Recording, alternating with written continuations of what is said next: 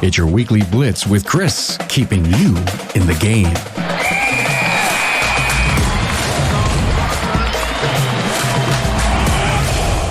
Hey, good morning, everybody. It's Chris Cotton here with your weekly Blitz. Today's episode is going to be episode number 14, OTD or Own the Dash. I'm going to get right into this one because this one means a lot to me. And honestly, if I make it through this without crying, it'll be a miracle. I've rehearsed this a couple of times. Every time I read this poem and talk about it, it stirs something inside of me. And I hope it brings something out inside of you as well when you listen to this, right? When I first heard of OTD or Own the Dash, it was a podcast that I listened to about Dakota Meyer. And you can Google him. He's pretty much everywhere on the internet. He was a Marine stationed overseas.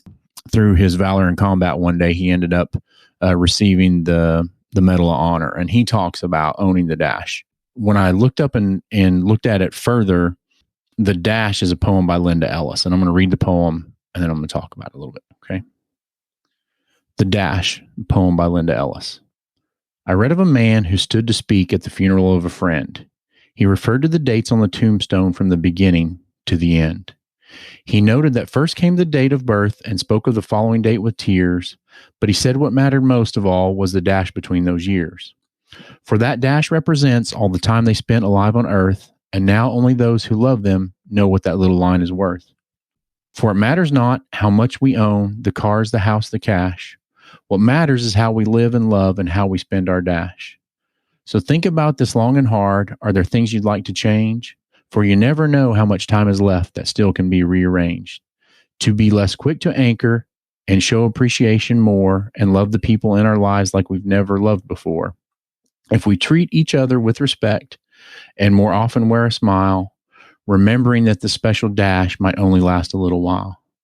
So when your eulogy is being read with your life's actions to rehash, would you be proud of the things they say about how you lived your dash? Every time I read that, I think about the legacy that I leave and how I want to be remembered. Now, I don't want big parties. I don't want people to be sad when I'm gone.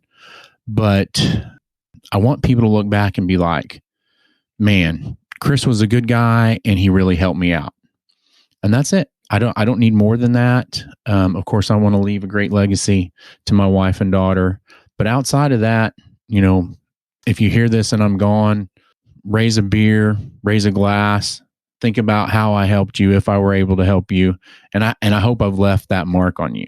So what does this poem mean? You know, what does living your dash mean? So to me, it means be slow to anger, right? A lot of times as shop owners, you get a call from somebody, something happened, and the first thing we do is we start kicking and screaming, and we go out in the shop and we start yelling at people and we don't know the whole story. So first I want to say, learn the whole story about what's going on and be slow to anger. I think we all, as people, need to say thank you more. Everybody's just trying to work and get along. We're all in the service industry. I've waited tables. I've done all kinds of things. And I try to say thank you a lot. Just say thank you. It doesn't, say thank you. Just look somebody in the eye and say thank you and tell them how much that you appreciate them in your life. Everybody could use more of that. The dash moves really, really quick, right? If somebody lived 90 years, there's quite a bit of a dash in there.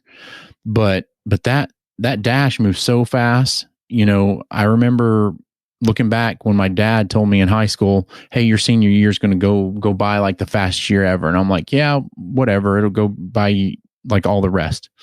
It didn't. It flew by. And when that dash is moving at a lightning speed, just love people. You get up, you go, you have children, your children have children, people around you, love people.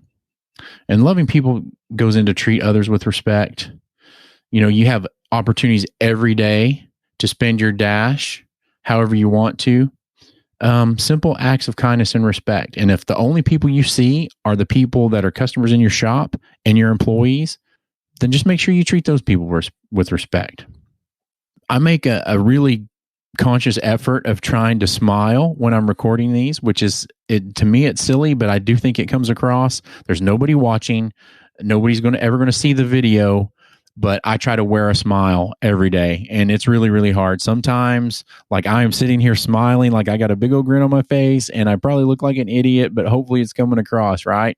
So every day, wear a smile. Show everybody around you.